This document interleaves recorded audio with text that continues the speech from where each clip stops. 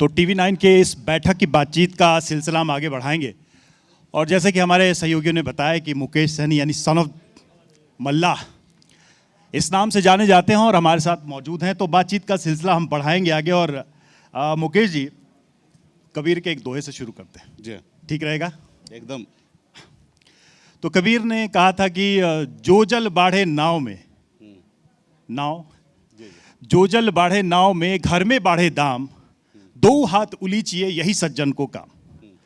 यानी कि घर में बहुत ज़्यादा धन धान्य बढ़ जाए या नाव में पानी बढ़ जाए तो सज्जन आदमी उसको दोनों हाथ से निकाल के खाली करता रहता है। लेकिन मुकेश सहनी अपने नाव में बहुत कुछ भरना चाह रहे हैं, क्या वजह है इसकी? नहीं, देखिए, इंसान अभी तो आपने एलिगेशन जो लगा रहे हैं कि मैं भरना चाह रहा हूँ, तो बिल्कुल ही नहीं। मैं एक गरीब, साधारण गरीब परिवार में जन्म लिया और बचपन जो है बहुत ही अभाव में मैंने बिताया। और 18 साल की उम्र में, जिस उम्र में बच्चे को खेलना कूदना, अपने रिश्तेदार परिवार के साथ रहना होता है, उस उम्र में अपने गांव को छोड़कर 2000 किलोमीटर दूर मुंबई जैसे शहर गया। वहाँ मेहनत किया, मजदूरी किया, मात्र 900 रुपया रोज़ महीने पे, यानी कि 30 रुपया रोज़ पर मैं मजदूरी किया। और संघर्ष के बदौलत, मेहनत के बदौलत मुंबई जैसे शहर में कामयाबी का झंडा मैंने गाड़ा और एक बेहतर ज़िंदगी में जी रहा था। घर परिवार सब चीज़, घर गाड़ी बंगला सब चीज़ था। उसके बाद मैंने देखा कि मैं बहुत पीछे आगे निकल गया हूँ, लेकिन हमारे लोग बहुत पीछे रह गया। लोग चांद पे घर बनाने के लिए सोच रख रहा है, लेकिन आज भी इस धरती पर हमारे लोगों के रहने के लिए घर नहीं है। और मैंने बेहतर ज़िंदगी को छोड़कर पिछले 12-13 सालों से बिहार के राजनीति में गांव-गांव में घूम रहे और अपनी ज़िंदगी में जितने भी हमने धन कमाया था, एक एक रुपया मैं अपने लोगों के उत्थान में, अपने लोगों के लिए मैं आज खर्च कर रहा हूँ। मैं ये जमा करने के लिए नहीं हूँ। अगर जमा करने वाला व्यक्ति होता तो शायद मैं मुंबई छोड़कर बिहार नहीं आता। आज मैं बिहार में आकर अपनी कमाई हुई पैसे, दौलत आज अपने समाज के लिए, राज्य के उत्थान के लिए, अपने लोगों को सर उठा के जिए, इसके लिए मैं आज लगा रहा हूँ और अपने लोगों के लिए लड़ाई आज मैं लड़ रहा हूँ। तो मैं भरने वाला काम नहीं करता हूँ, मैं खाली करने वाला काम करता हूँ। चलिए आगे बातचीत में उसको हम और समझने की कोशिश करें। लेकिन आपने कहा बेहतर जिंदगी छोड़ के आए, तो भाई वो जिंदगी बेहतर थी या जो अब चल रही है वो बेहतर है? देखिए, सच्चाई तो यही है कि एक संघर्ष करके, नहीं, चूंकि आप ही के शब्द हैं कि एक बेहतर जिंदगी छोड़ के आया, ये तो वो सच्चाई बॉलीवुड है। वाली जिंदगी बेहतर है, ये बिहार की नेताओं वाली जिंदगी बेहतर है? वो अपने जगह पे बेहतर है, वो अपने लिए, खुद के लिए बहुत बेहतर है। लेकिन ये ज़िंदगी औरों के लिए जो हम जी रहे हैं वो बहुत ही ज़्यादा सुकूनदायक बेहतर है। क्योंकि यहाँ पे हमें इतना पता है कि जो आज मेरी संघर्ष जो है, लड़ाई है, मेरे आने वाला पीढ़ी को है ना सर उठा के जीने लायक बनाएंगे इस राज्य में। इसके लिए वो ये ज़िंदगी उससे ज़्यादा बेहतर है। हाँ, वहाँ पे मेरे लिए, मेरे परिवार के लिए वो ज़िंदगी। तो इसी से मेरा सवाल है, सन ऑफ मल्लाह क्यों भाई, सन ऑफ बिहार क्यों नहीं? निश्चित तौर पे ज्यादा अच्छा नहीं लगेगा? ये आप कह सकते हैं, मुकेश सहनी सन ऑफ बिहार कह सकते हैं, सन ऑफ मल्लाह नहीं कह सकते हैं। लेकिन मेरी अपनी एक तो ये तो सच्चाई है कि मेरी अपनी भी पहचान है। मैं एक मल्लाह का बेटा हूँ, ये अपनी पहचान है। आप सन ऑफ बिहार कह सकते हैं, सन ऑफ हिंदुस्तान कह सकते हैं। मैं सवाल कर रहा हूँ। नहीं, निश्चित तौर पे। लेकिन क्या होता है, अक्सर घर के लोग अगर आपको राजा कहे, बाबू कहे, भाई कहे, हीरो कहे, तो निश्चित तौर पे दुनिया आपको हीरो कहेंगे। अगर घर के लोग ही अगर आपको रिस्पेक्ट ना करे तो दुनिया कोई भी आपको रिस्पेक्ट नहीं करने वाला है। तो आज सन ऑफ मल्लाह हमारे घर के लोगों ने कहा प्यार से, आज इसलिए आज आपके इस मंच पर हम बैठे हैं। अगर हमारे लोग अगर सन ऑफ मल्लाह नहीं कहते तो शायद इस मंच पे मैं नहीं रहता। आप मेरी नज़र में पहले नेता हैं जो कह रहे हैं कि बिहार उनका घर नहीं है, पहले मल्लाह उनका घर है। नहीं, देखिए, हमारा बिहार का आदमी भी अगर कहता है तो बिहार आपका घर है। मैं तो कह रहा हूँ ना कि आप कह सकते हैं। मतलब इससे एक बहुत नेचुरल सवाल आता है कि क्या जाति ही घर है या बिहार पूरा घर है? रवि मिश्रा आपका घर है कि नहीं है? बिल्कुल ही है। पूरा बिहार मेरा घर है, पूरा हिंदुस्तान मेरा घर है, पूरा दुनिया मेरा घर है जी। ठीक है, अगर मानवता की अगर बात करेंगे तो पूरे देश दुनिया हर एक नागरिक से हमें प्यार करना चाहिए, हर एक नागरिक को आगे बढ़ाना है। लेकिन उसके अलावा भी आपकी एक अपनी पहचान है। ठीक है, आपके अपने घर, अपने परिवार, बच्चे होते, आपके रिश्तेदार होते, क्योंकि ये परंपरा हमने नहीं बनाया। जिन्होंने बनाया उनसे सवाल कीजिए। जिन्होंने हमारे हाथ से पानी नहीं पी रहा था उनसे आप सवाल कीजिए। जिन्होंने हमें चप्पल पहनने की इजाज़त नहीं देता उनसे सवाल कीजिए। जिन्होंने हमें एजुकेशन नहीं दिए उनसे सवाल कीजिए। जिन्होंने हमें 2000 साल से अधिक समय हो चुका है जो हमें पशु के सामान्य इंसान को समझता था। ये हमारा कोट नहीं है, ये मोहन भागवत जी का कोट है कि उन्होंने कहा कि गरीब पिछड़ा दलित को हम लोगों ने 2000 साल से ज़्यादा समय से अभी तक हम उसको पशु समान मान रहे हैं। हमें अपने आप को नज़रिया बदलना चाहिए, ये सच्चाई है।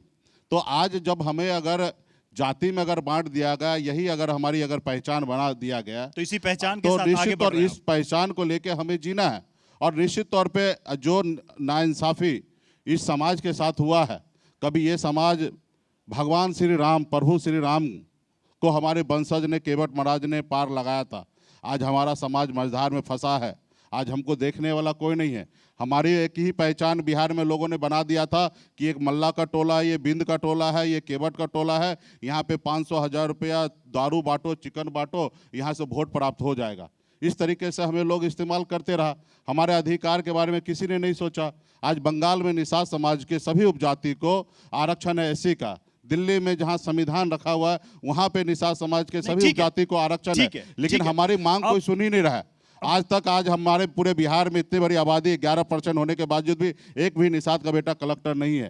तो ये किसी ने क्यों नहीं सोचा? आज तक जिन्होंने सोचा वो सिर्फ हमारा वोट ही लेने के लिए क्यों सोचा? आज मैं अगर लड़ाई लड़ रहा हूँ, अधिकार बना रहा हूँ, पिछले 2020 में मैंने लड़ाई लड़कर बिहार को बताया कि मल्ला का बेटा सिर्फ मछली नहीं मारता है, विधायक और मंत्री और मुख्यमंत्री भी बनाता, और मैंने बना के दिखाया।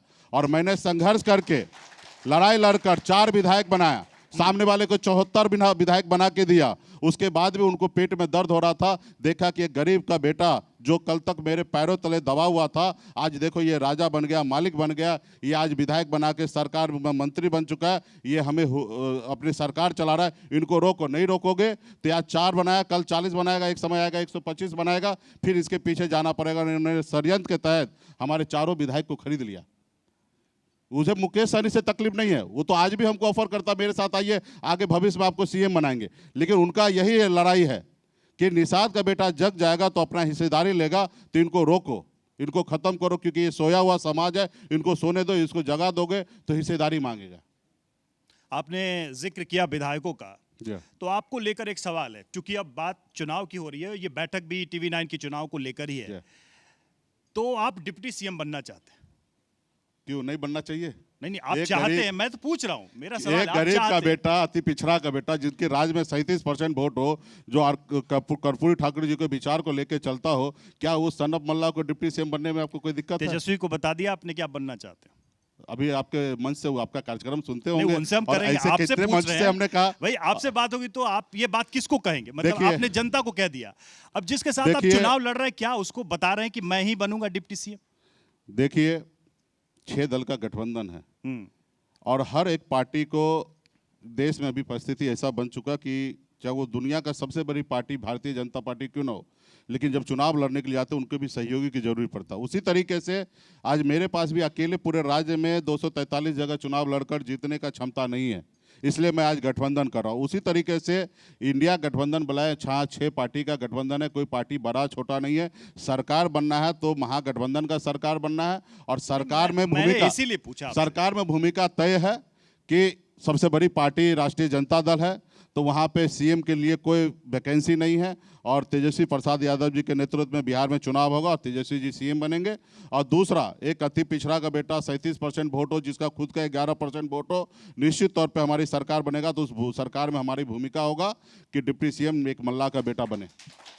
आप सीटें भी बहुत चाहते हैं, है ना भाई? अब मुझे नहीं पता इस वक्त आपके दिमाग में कितने नंबर पे आके अटका हुआ मीटर, मतलब 60-70 से आप शुरू कर रहे हैं तो पता नहीं कहाँ जाके रुकेंगे, लेकिन आप वो भी चाह रहे हैं, और दूसरा कि भाई आप डिप्टी सीएम का पद भी चाहते हैं।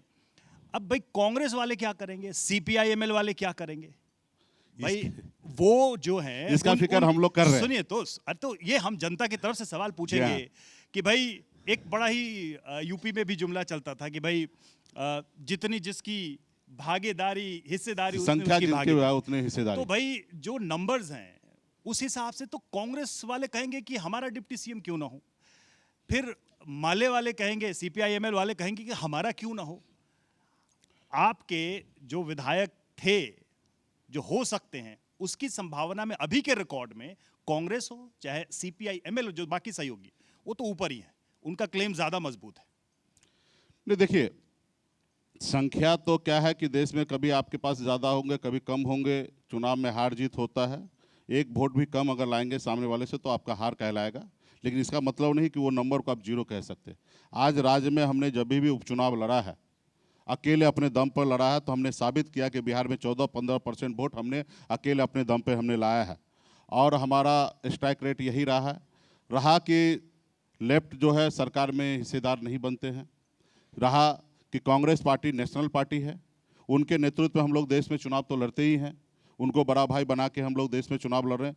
बिहार में सबसे बड़ा दल जो है राष्ट्रीय जनता दल है, और वोट के मामले में वीआईपी पार्टी के सीधा पास जवाब नहीं दिया आपने। वीआईपी पार्टी उनका के क्यों पास नहीं, आप क्यों नहीं, सुनिए ना, वीआईपी पार्टी के लोकतंत्र में पास एक नंबर तो अपना मैटर वोट करता है ना। नहीं, देखिए सबसे पहली आप बात जानते हैं है, इस बात को, आप नेता हैं, मुझसे ज्यादा जानते हैं कि संख्या से फर्क पड़ता है। नहीं ठीक है, तो इसलिए हम भी चाहते कि हमारी पार्टी बड़ा हो और हम एक अच्छे नंबर पे चुनाव लड़े। रहा कि हमारे सहयोगी नेशनल पार्टी कांग्रेस है, बड़े घटक दल हैं, वो उनके इधर से तो पहले इच्छा हो, आवेदन तो हो कि हमें क्या चाहिए।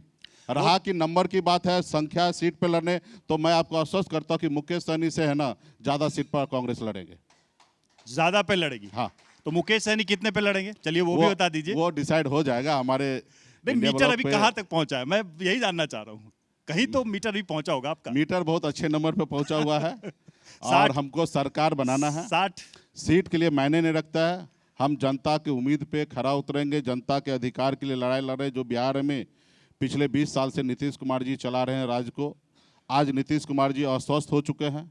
आज राज्य जो है सही से नहीं चल पा रहा है, ब्यूरोक्रेट जो है हावी हो चुका है, भ्रष्टाचार बढ़ चुका है, लॉ एंड ऑर्डर पूरा खत्म हो चुका है। और बिहार के जनता इस बार है हम लोगों पे मौका देंगे और हम लोगों को आशीर्वाद देंगे और हम लोग मजबूती से सरकार बनाएंगे और सरकार बना के जनता की उम्मीद पे हम लोग खरा उतरेंगे और जनता के लिए काम करेंगे। रहा कि ये इंटरनल पॉलिसी जो है ना, ऑलरेडी इंडिया गठबंधन का कोऑर्डिनेशन कमेटी बना हुआ है, नहीं, ये वहाँ देखिए, पे तेजस्वी देखिए, प्रसाद यादव जी अध्यक्ष है, बाकी लोग सदस्य हैं और बहुत जल्दी ये फार्मूला जो है सबसे वो स्मार्ट बहुत जल्दी सॉल्व हो ट्रेडिशनल जाएगा। आंसर है पॉलिटिक्स में। ये हम लोग सालों से नेताओं से सुनते रहे हैं। ये आपका उत्तर नहीं है, ये मैं अगर यही सवाल बीजेपी एनडीए से करूंगा तो वही उत्तर आएगा। लेकिन क्या है ना कि आपके जो वोटर्स हैं या जिनको आप कह रहे हैं कि भाई हमारे समाज, वो अपेक्षा रखते हैं और वो ये सोचते होंगे कि भाई आपकी भागीदारी, हमारे समाज की भागीदारी ज्यादा हो। जैसा आपने कहा कि भाई क्यों ना बने, ये सवाल उठाया। तो ऐसे में आपको क्या लग रहा है कि आपकी उस गठबंधन के अंदर वास्तविक स्थिति इतनी मजबूत है कि आप बार्गेन कर पाएंगे? देखिए, टेबल पर बैठकर बार्गेन होता है, वहां ये फिलोसफिकल बातें नहीं होती हैं। वो हमारे लिए, आपके लिए तो अच्छा है चर्चा के लिए, लेकिन जब आप चुनाव में टिकट बांटते हैं, लिस्ट बनाते हैं, कैंडिडेट इन आउट करते हैं, तो ये गणित वहां चलता है, ये हम सभी जानते हैं। देखिए, सन ऑफ मल्ला को बार्गिंग करने का जरूरी नहीं है। सन ऑफ मल्ला जहां खड़ा है वहां सरकार बनाने का गारंटी है, किंग मेकर सरकार बनाने का गारंटी हूं और मुझे बार्गिंग टीवी करने 9 की के जरूरी मन नहीं से है। देखिए, हमने बिहार में एक और किंग मेकर अनाउंस किया बैठक में। मैंने साबित किया 2020 में, अगर मैं उस समय में महागठबंधन के गठबंधन नहीं किंग मेकर तोड़ता मुकेश तो मैं उस समय सहनी। में नीतीश कुमार जी मुख्यमंत्री नहीं होते। अगर यहाँ हम समर्थन नहीं देते तो नीतीश कुमार मुख्यमंत्री नहीं होते। तो इस बात का गारंटी है। और आज जहाँ है वहाँ सरकार बनना है और यहाँ पे बार्गिंग करने की आवश्यकता नहीं। तेजस्वी प्रसाद यादव जी हमारे छोटे भाई हैं और मजबूती से हम लोग बिहार में आदरणीय लालू प्रसाद यादव जी का विचार को एडॉप्ट करके आगे बढ़ रहे हैं और हम लोग सरकार बनाएंगे। गठबंधन में कभी, चलिए ये कंटिन्यू होता है, इस चुनाव के बाद भी आप लोग अच्छा करते हैं, क्या ऐसा हो सकता है कि मुकेश सहनी सीएम भी बन जाए? क्यों, मैं सवाल पूरा कर लूं, क्योंकि नीतीश कुमार के साथ जीतन राम मांझी, एक दलित समाज से आया व्यक्ति, मुख्यमंत्री की गद्दी पर बैठता है। ठीक है, वो जो स्थिति हुई, लेकिन इतना तो हुआ कि एक यात्रा तय होती है और कहीं ना कहीं उनके समाज को लगता है कि हम एम्पावर्ड हुए। ये होप कहीं है दिमाग में, या इसको आप असंभव मानते हैं तेजस्वी के साथ? क्योंकि यहां तो या तो तेजस्वी के दल से ही कोई सीएम बनेगा, राजद से ही सीएम बनेगा, आप खुद कह रहे हैं वहां वैकेंसी नहीं है। क्यों नहीं है वैकेंसी? मैंने अपने आप को समझा लिया, एक्सेप्ट कर लिया है अच्छा, कि हमारे गठबंधन का नेता तेजस्वी प्रसाद यादव जी होंगे, मुख्यमंत्री होंगे। और मैंने सपना जरूर देखा कि आने वाला हमारा पीढ़ी निषाद मल्ला का बेटा बिहार का मुख्यमंत्री बने, ये सपना हमने देखा है। रहा कि अभी वहाँ पे हमने एक्सेप्ट कर लिया कि हमारा छोटा भाई के पास गद्दी होगा और सीएम की कुर्सी पे वो बैठेंगे, राज्य के लिए अच्छे बुरा सब चीज़ वो सोचेंगे और अच्छे से राज्य को चलाएंगे। और हमसे जितना होगा उतना सहयोग करके, सारथी बन के, अपने अनुभव का पूरा इस्तेमाल करते हुए और तेजस्वी के साथ पीछे खड़ा रहकर और राज्य को आगे लेके जाएंगे। आपके बारे में बहुत सारे सवाल तो चलते रहते हैं पॉलिटिकल मार्केट में, और हमारे एक मित्र ने ही ये कहा कि भाई उनसे ये सवाल पूछिएगा कि अगली मछली किसके साथ खाने वाले हैं, क्या तेजस्वी के साथ खाने वाले हैं या फिर ये प्लेट टेबल और साथ का जो खाने वाला इंसानों को वो बदल जाएगा। तो यही क्योंकि डिमांड अगर पूरी नहीं होती है तो क्या ये हो सकता है कि मुकेश सहनी अपने पूरे समाज को लेकर कहीं और चले जाएं, क्योंकि हमने आप ही के मुंह से तेजस्वी के खिलाफ अच्छा खासा बयान सुना हुआ है और स्थितियां बदली तो आप अब इधर आ गए। देखिए, ये तो अभी ये मान के चलिए कि सच्चाई तो ये है कि आज हम तेजस्वी जी के साथ हैं और इससे पहले भी मछली उनके साथ खाएं और आप भी और हम भी उम्मीद करें कि आगे भी साथ में खाएंगे। लेकिन ये तो सच्चाई है कि एक मल्ला का बेटा के पास इतना पावर आ चुका है कि बहुत सारे लोग इंतजार कर रहे कि मेरे साथ बैठकर खाने के लिए मछली, ये तो पावर तो बन चुका है। यही तो तो मैं निश्चित कह रहा तौर पे हूं। वो सोचे, मतलब ऑफर है, इसका मतलब वो सोचे कह रहे कि बहुत लोग चाह रहे हैं, इसका मतलब कहीं ये से तो, ऑफर ये है। तो आप भी मान रहे हैं ना मछली कि पार्टी वो करने चाह की। रहे हैं कि वो हमारे साथ खाएं। अब वो उनका कितना मनसा पूरा होगा वो समय बताएगा। बाकी हम जहां हैं वहां मजबूती से हैं और हम उम्मीद करते हैं और आप भी शुभकामना बनाए रखिए कि जहां है उनके साथ मछली लेकिन खाएं। आप मछली खाते हैं, कांटा कहीं और फंस जाता है। यही तो है समस्या ना। हम मछली हम खाते, कांटा दिल्ली तक चुभता है, तो यही तो सनत मल्ला का अपना एक ताकत है।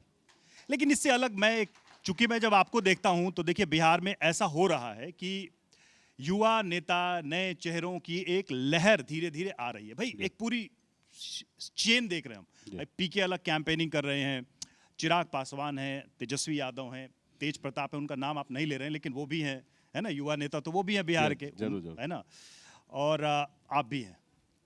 तो कई बार मैं सोचता हूं कि वो युवा जो यहाँ की बदहाली से माइग्रेट होके कमाने खाने बाहर जाता है और फिर जब वो वापस आता है तो वही बिहार की घिसी पिटी राजनीति करता है। मतलब वही जाति वाली बिहार की राजनीति कोई क्यों नहीं करता है? मुझे इसका उत्तर आपसे चाहिए। क्यों? क्योंकि आप पुरानी पीढ़ी के नहीं हैं। आप बॉलीवुड में एक बेहतर जीवन जी रहे थे, आप पढ़े लिखे हैं, एजुकेटेड हैं, आप इस अपनी सोसाइटी एंड इंक्लूसिव सोसाइटी मतलब पूरे बिहार के समाज को देख पाते हैं। लेकिन आपके जैसा व्यक्ति भी आकर उसी मतलब ऑर्थोडॉक्स लाइन जो है पॉलिटिक्स की उसको ज्वाइन कर लेता है। क्यों? क्या मजबूरी है? देखिए, अलग लाइन कहीं क्यों नहीं पे खींच कोई पा रहे? परंपरा चल रहा है तो एक झटके में उसको खत्म नहीं कर सकते हैं। पीके तो कह रहे हैं कि मैं खत्म कर रहा हूं। आप उनकी लाइन देखिए पॉलिटिक्स। पीके के बारे में आप जानते होंगे, समझते होंगे। तो उन्होंने करियर को कहाँ से स्टार्ट किया? हिंदुस्तान से बाहर से। हिंदुस्तान में लंबे समय में उन्होंने काम किया और उन्होंने एक रणनीतिकार के तौर पे उन्होंने काम किया और देश में चुनाव जो है, राजनीति जो है वो बाजारीकरण उन्होंने बनाया, यानी कि पैसे से राजनीति हो वो व्यवस्था उन्होंने सेट किया। राजनीति से पैसा वो व्यवस्था सही है। उन्होंने जैसा सेट किया ना, बिहार में बहुत सारे लोगों ने राजनीति से पैसा बनाया है। ये मानते हैं आप? ये नहीं, पहले मेरी बात सुन लीजिए कि प्रशांत किशोर जी ने कई बार अपने मन से उन्होंने कहा है कि मैं किसी भी सीएम, मैंने कई सीएम बनाया, एक बार एडवाइस देने के लिए 100-100 करोड़ रुपया मैंने लिया। हाँ, आप बताइए, कहते हैं कोई भी पॉलिटिकल पार्टी 100 करोड़ रुपया कैसे दे सकता है? निश्चित तौर पे वो भ्रष्टाचार किए होंगे और जब भ्रष्टाचार किए होंगे वही पैसा उनको प्राप्त हुआ होगा। ये सवाल 2015 के आज चुनाव कोई के भी लिए हो सकता पेपर है। में प्रशांत किशोर जी दिखा दे कि उनके कंपनी को 100-100 करोड़ रुपया कोई भी political party as a fees उनको दिए होंगे। मुकेश तो जी, ये 2015 में प्रशांत किशोर किसके लिए चुनाव कैंपेन कर रहे थे? मेरी बात सुन लीजिए ना, मेरी बात सुन लीजिए ना। तो उन्होंने जो भी ये देश के चुनाव को बाजारीकरण किए, उसके बाद उनको एहसास हुआ कि ये पैसे के दम पर देश में चुनाव हो सकता है, राजनीति हो सकता है। तो उन्होंने वो पैसा जो कमाया हुआ पैसा को राजनीति में पैसा लगाकर वो सोच रहे हैं कि हम बिहार में सरकार बना ले या मुख्यमंत्री बन जाए। लेकिन मैं एक गरीब का बेटा, मैंने बॉम्बे में संघर्ष करके मैं बिहार में राजनीति करने के लिए नहीं आया था, अपने समाज के आंख के आंसू पोंछने के लिए मैं आया था। एक परिस्थिति बना, एक समाज के साथ आंदोलन खड़ा हुआ और एक आंदोलन से वीआईपी पार्टी बना, विकासशील इंसान पार्टी। पार्टी बनाने का कोई उद्देश्य नहीं था। हमने 2014 में काम किया, 15 में काम किया, 17 में काम किया, हमने 18 में पार्टी बनाया। और अभी जहां तक जो सफल प्रयोग है उसको कैसे छोड़ के जाएंगे? जिनके लिए लड़ाई लड़ रहे हैं वो हमारे साथ है, तो उसको कैसे हम छोड़ देंगे कि आप मेरे साथ नहीं रहिए? आज प्रशांत किशोर जी आज 5%, 10% वोट के लिए जूझ रहे हैं। हमारे पास अपना घर में इतना पूंजी रहते हुए हम दूसरे जगह भटकेंगे क्यों? क्यों नहीं अपनी पूंजी को साथ लेकर हम बिहार में अच्छे काम कर सकते हैं? फिर एक बार पावर दे दीजिए, फिर देखिए। चलिए, आप अगर जाति जैसे हम मंत्री बने उस समय में मेरे पर आप आरोप लगाते कि सिर्फ निषाद समाज के लिए काम कर रहे हैं, तब आपकी बात को जायज होता। जब हम राज्य में मंत्री बने, हमने शपथ खाया था कि राज्य के हर एक नागरिक के लिए काम करेंगे, और मेरा काम जाके देख लीजिए कि मैंने बिहार सरकार में जब मंत्री बना, सभी जाति सभी धर्म के लिए हमने विभाग में काम किया है, कोई भेदभाव नहीं किया। यहाँ से लेकर दूसरे राज्य में जाके बीजेपी से क्या नाराजगी है आपको? बीजेपी के साथ लंबा समय बिताया आपने, क्या यही नाराजगी है कि आपकी पार्टी टूट गई? आप क्यों नहीं बचा पाए अपने विधायकों को? कई नाराजगी क्या है। आपके विधायक आपके प्रति ऑनेस्ट नहीं थे? देखिए, कल को तो कोई भी आपके विधायक को खरीद लेगा, बचा नहीं पाएंगे। यहाँ अभी भी जीत देखिए, जाएंगे तो खरीद सकते हैं। मारने वाला गुनहगार होता है कि मरवाने वाला गुनहगार होता है? नहीं तो आपको अपने नेतृत्व आप पे ये भी बताइए समझिए ना कि देखिए, किसी को 50 करोड़ 100 करोड़ 150 करोड़ रुपया का अगर लालच दीजिएगा, जो आदमी जिंदगी में इतना रुपया ना देखा हो तो वो क्या करेगा? आप देखिए, इसे बिहार में मेरे साथ कहाँ हुआ, महाराष्ट्र में शिवसेना इतने विचार की पार्टी, इतना पुराना कैडर, मुकेश जी, इस बार वहाँ पे उन्होंने ऑपरेशन लोटस करके कैसे उन्होंने चुनेंगे वहाँ जो पे 50 सरकार करोड़ बदल में न दी। बिके? हाँ, इस बार क्या गारंटी है आपके विधायक नहीं बिकेंगे? आप नहीं, अपने कोई मुंह से गारंटी कह नहीं रहे है, हैं। कोई गारंटी नहीं है। अपने लेकिन मुंह से आप कह रहे हैं। इस बार हम लोग एक तो गलती से सीख तो मिलता ना, इस बार हम लोग ऐसे विचार के लोगों को टिकट देंगे जो हर हाल में ना बिके। रहा कि बिकने के लिए किसी के सर पे नहीं लिखा है कि वो ना बिके, लेकिन सबसे बड़ा गुनहगार वो होता है जो खरीदता है राजनीति में, यानी कि उसको पता है कि जनता पे उनको भरोसा नहीं है। हम लोग क्या कहते हैं कि लोकतंत्र है, ठीक है, यहाँ लोकतंत्र पे जनता मालिक है, ठीक है, और जनता के लिए काम करना चाहिए। बताइए, वो पहले वोट खरीदता था, आज विधायक खरीद रहा है, क्या मतलब? ये आपके लोकतंत्र है। सारे आरोपों, आपके सारे दावे को परखने के लिए जनता भी बिहार की तैयार है, आप लोग भी जा ही रहे हैं। क्लोज कर रहा हूं, बहुत एक लाइन में मुझे एक आंसर चाहिए आपसे कि कल को इधर से निराशा मिलती है तो क्या उधर आशा की किरण देखते हैं आप? आप शुभकामना बनाए रखिए, बिहार के जनता नहीं, शुभकामना आपने बनाए रखे, निराशा का कोई ऐसा जगह ना होना चाहिए। रहा कि हमारी एक पॉलिटिकल पार्टी है तो हमारा अपना काम करने का तौर तरीका अपना है, और हम किसी के अधिकार क्षेत्र में जाना नहीं चाहते हैं, और मैं उम्मीद करता हूं कि मेरे कोई अधिकार क्षेत्र में न आए। अगर हमारे सुई के नोक के बराबर भी अगर हमारा अधिकार है तो उसके लिए हम हमेशा लड़ते रहेंगे। चलिए मुकेश जी, बहुत बहुत शुभकामनाएं आपको आने वाले चुनाव के लिए, बहुत बहुत और धन्यवाद। TV9 के इस बैठक मंच पर आने के लिए बहुत बहुत आपका बहुत बहुत थैंक यू वेरी मच। धन्यवाद।